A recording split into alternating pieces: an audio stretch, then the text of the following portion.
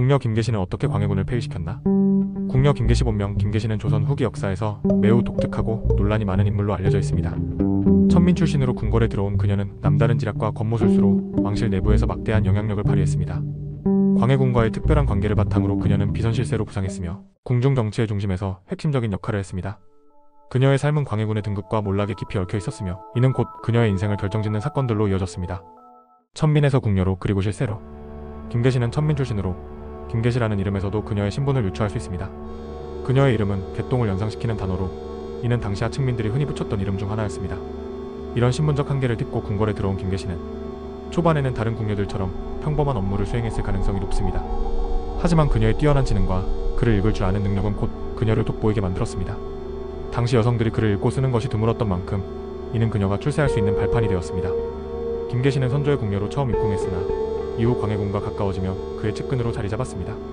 그녀는 단순히 광해군의 시중을 들던 하인이 아니라 왕의 신뢰를 얻어 정치적으로 중요한 조언자이자 동반자로 발전했습니다. 임진왜란과 김계시의 부상.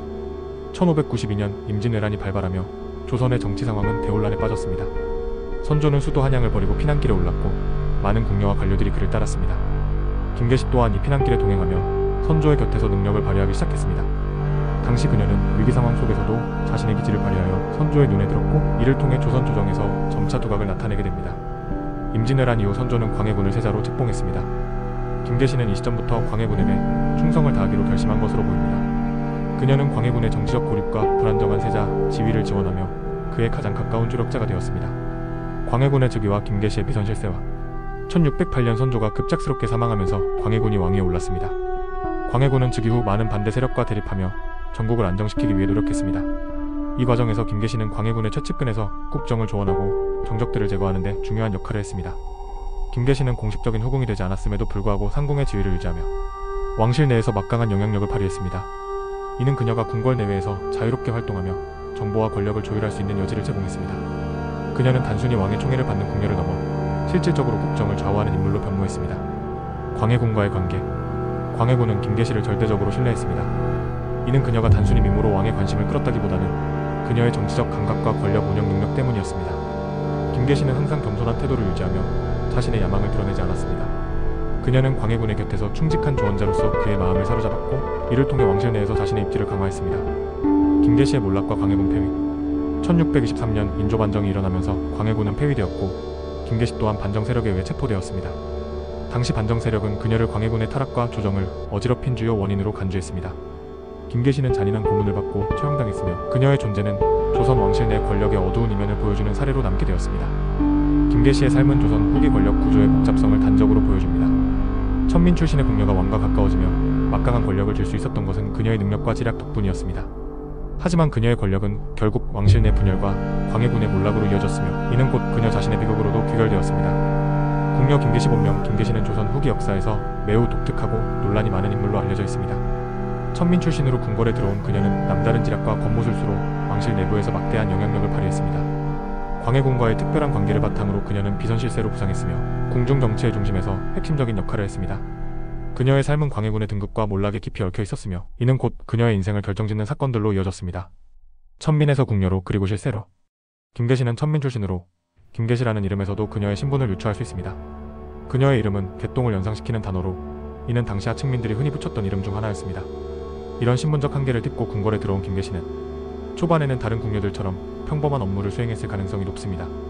하지만 그녀의 뛰어난 지능과 글을 읽을 줄 아는 능력은 곧 그녀를 돋보이게 만들었습니다. 당시 여성들이 글을 읽고 쓰는 것이 드물었던 만큼 이는 그녀가 출세할 수 있는 발판이 되었습니다. 김계시는 선조의 궁녀로 처음 입궁했으나 이후 광해군과 가까워지며 그의 측근으로 자리 잡았습니다.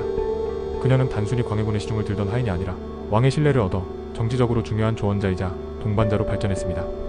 임진왜란과 김계시의 부상. 1592년 임진왜란이 발발하며 조선의 정치 상황은 대혼란에 빠졌습니다. 선조는 수도 한양을 버리고 피난길에 올랐고 많은 궁녀와 관료들이 그를 따랐습니다. 김계시 또한 이 피난길에 동행하며 선조의 곁에서 능력을 발휘하기 시작했습니다.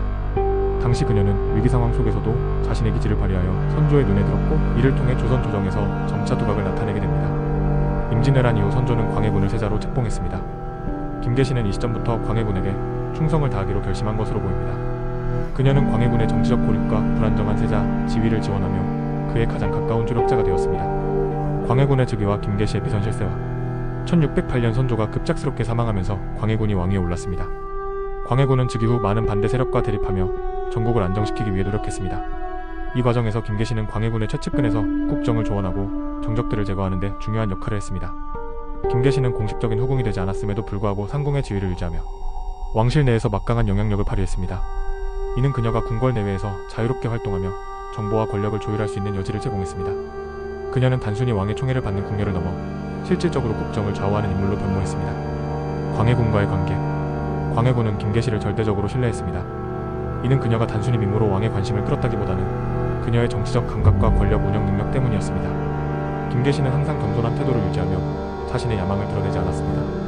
그녀는 광해군의 곁에서 충직한 조언자로서 그의 마음을 사로잡았고 이를 통해 왕실 내에서 자신의 입지를 강화했습니다. 김계시의 몰락과 광해군 폐위. 1623년 인조 반정이 일어나면서 광해군은 폐위되었고 김계시 또한 반정 세력에 의해 체포되었습니다. 당시 반정 세력은 그녀를 광해군의 타락과 조정을 어지럽힌 주요 원인으로 간주했습니다. 김계시는 잔인한 고문을 받고 처형당했으며 그녀의 존재는 조선 왕실 내 권력의 어두운 이면을 보여주는 사례로 남게 되었습니다.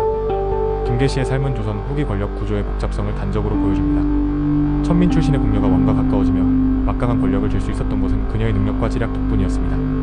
하지만 그녀의 권력은 결국 왕실 내 분열과 광해군의 몰락으로 이어졌으며 이는 곧 그녀 자신의 비극으로도 귀결되었습니다. 김계시는 천민 출신으로 김계시라는 이름에서도 그녀의 신분을 유추할 수 있습니다. 그녀의 이름은 개똥을 연상시키는 단어로 이는 당시 하층민들이 흔히 붙였던 이름 중 하나였습니다. 이런 신분적 한계를 딛고 궁궐에 들어온 김계시는 초반에는 다른 궁녀들처럼 평범한 업무를 수행했을 가능성이 높습니다. 하지만 그녀의 뛰어난 지능과 글을 읽을 줄 아는 능력은 곧 그녀를 돋보이게 만들었습니다. 당시 여성들이 글을 읽고 쓰는 것이 드물었던 만큼 이는 그녀가 출세할 수 있는 발판이 되었습니다. 김계시는 선조의 궁녀로 처음 입궁했으나 이후 광해군과 가까워지며 그의 측근으로 자리 잡았습니다. 그녀는 단순히 광해군의 시중을 들던 하인이 아니라 왕의 신뢰를 얻어 정치적으로 중요한 조언자이자 동반자로 발전했습니다. 임진왜란과 김계시의 부상. 1592년 임진왜란이 발발하며 조선의 정치 상황은 대혼란에 빠졌습니다. 선조는 수도 한양을 버리고 피난길에 올랐고 많은 궁녀와 관료들이 그를 따랐습니다. 김계시 또한 이 피난길에 동행하며 선조의 곁에서 능력을 발휘하기 시작했습니다. 당시 그녀는 위기 상황 속에서도 자신의 기질을 발휘하여 선조의 눈에 들었고 이를 통해 조선 조정에서 점차 두각을 나타내게 됩니다. 임진왜란 이후 선조는 광해군을 세자로 책봉했습니다. 김계시는 이 시점부터 광해군에게 충성을 다하기로 결심한 것으로 보입니다. 그녀는 광해군의 정치적 고립과 불안정한 세자 지위를 지원하며 그의 가장 가까운 주력자가 되었습니다. 광해군의 즉위와 김계시의 비선 실세와 1608년 선조가 급작스럽게 사망하면서 광해군이 왕위에 올랐습니다. 광해군은 즉위 후 많은 반대 세력과 대립하며 전국을 안정시키기 위해 노력했습니다. 이 과정에서 김계시는 광해군의 최측근에서 국정을 조언하고 정적들을 제거하는 데 중요한 역할을 했습니다. 김계시는 공식적인 후궁이 되지 않았음에도 불구하고 상궁의 지위를 유지하며 왕실 내에서 막강한 영향력을 발휘했습니다. 이는 그녀가 궁궐 내외에서 자유롭게 활동하며 정보와 권력을 조율할 수 있는 여지를 제공했습니다. 그녀는 단순히 왕의 총애를 받는 궁녀를 넘어 실질적으로 국정을 좌우하는 인물로 변모했습니다. 광해군과의 관계. 광해군은 김계시를 절대적으로 신뢰했습니다. 이는 그녀가 단순히 미모로 왕의 관심을 끌었다기보다는 그녀의 정치적 감각과 권력 운영 능력 때문이었습니다. 김계시는 항상 겸손한 태도를 유지하며 자신의 야망을 드러내지 않았습니다. 그녀는 광해군의 곁에서 충직한 조언자로서 그의 마음을 사로잡았고 이를 통해 왕실 내에서 자신의 입지를 강화했습니다. 김계시의 몰락과 광해군 폐위. 1623년 인조 반정이 일어나면서 광해군은 폐위되었고 김계시 또한 반정 세력에 의해 체포되었습니다. 당시 반정 세력은 그녀를 광해군의 타락과 조정을 어지럽힌 주요 원인으로 간주했습니다. 김계시는 잔인한 고문을 받고 처형당했으며 그녀의 존재는 조선 왕실 내 권력의 어두운 이면을 보여주는 사례로 남게 되었습니다. 김계시의 삶은 조선 후기 권력 구조의 복잡성을 단적으로 보여줍니다. 천민 출신의 궁녀가 왕과 가까워지며 막강한 권력을 줄 수 있었던 것은 그녀의 능력과 지략 덕분이었습니다. 하지만 그녀의 권력은 결국 왕실 내 분열과 광해군의 몰락으로 이어졌으며 이는 곧 그녀 자신의 비극으로도 귀결되었습니다.